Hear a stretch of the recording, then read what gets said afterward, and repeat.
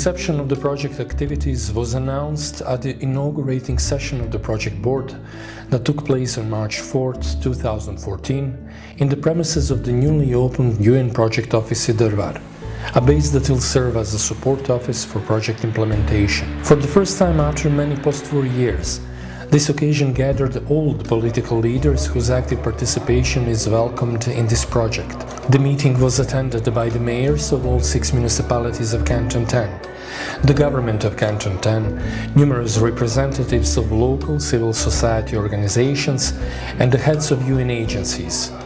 The occasion was marked by signing of a framework agreement on joint project implementation. This program, it's going to be implemented in Canton 10, and the main objective is to improve the human security with a focus on social inclusion.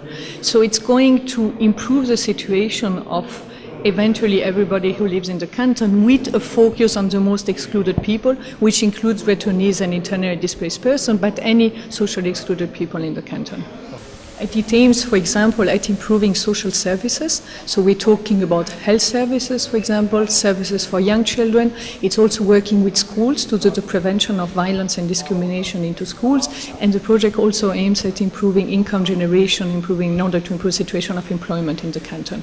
And what is really interesting today is that we have the president of the canton with almost all his cabinet, and the mayors of the municipality of the canton who are in the same room, together with 4 agencies of the UN system, which is UNICEF, UNDP, IOM and UNHCR, who will be working together to improve the situation of those people. Neki 10 do 12 projekata koje su nam ponudile ove međunarodne organizacije, gdje praktično 90% sredstava osiguravaju UNDP, a nekih 10 do 15% sredstava, ovisno od projekta do projekta, bi trebala osigurati lokalna zajednica, odnosno županija. This trust fund is a tool, a practical tool that is used in countries that are recovering for difficult situations to improve the situation of the people that are living in specific areas with specific problems. What is important in this approach of the UN Trust Fund is that all the UN agencies involved are working together with one voice and delivering one message to the local communities. The other element that is key in this approach of the Trust Fund is that the community, both at the governmental and non-governmental level, are linked to the UN agencies in delivering the result and in working together for the same achievements. On behalf of UNHCR, I am very pleased to say that UNHCR, together with other members of the UN country team, all the important authorities in Canton 10, as well as the civil society organizations, are engaged in this Human Security Trust Fund project.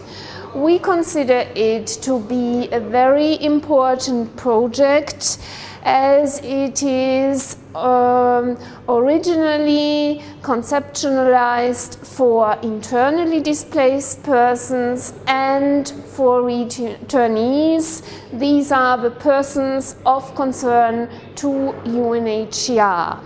In the role of IOM in this particular UN Trust Fund is to help the local community working together with the civil society and the Red Cross in assisting and providing, facilitating the access of the most vulnerable categories to social services.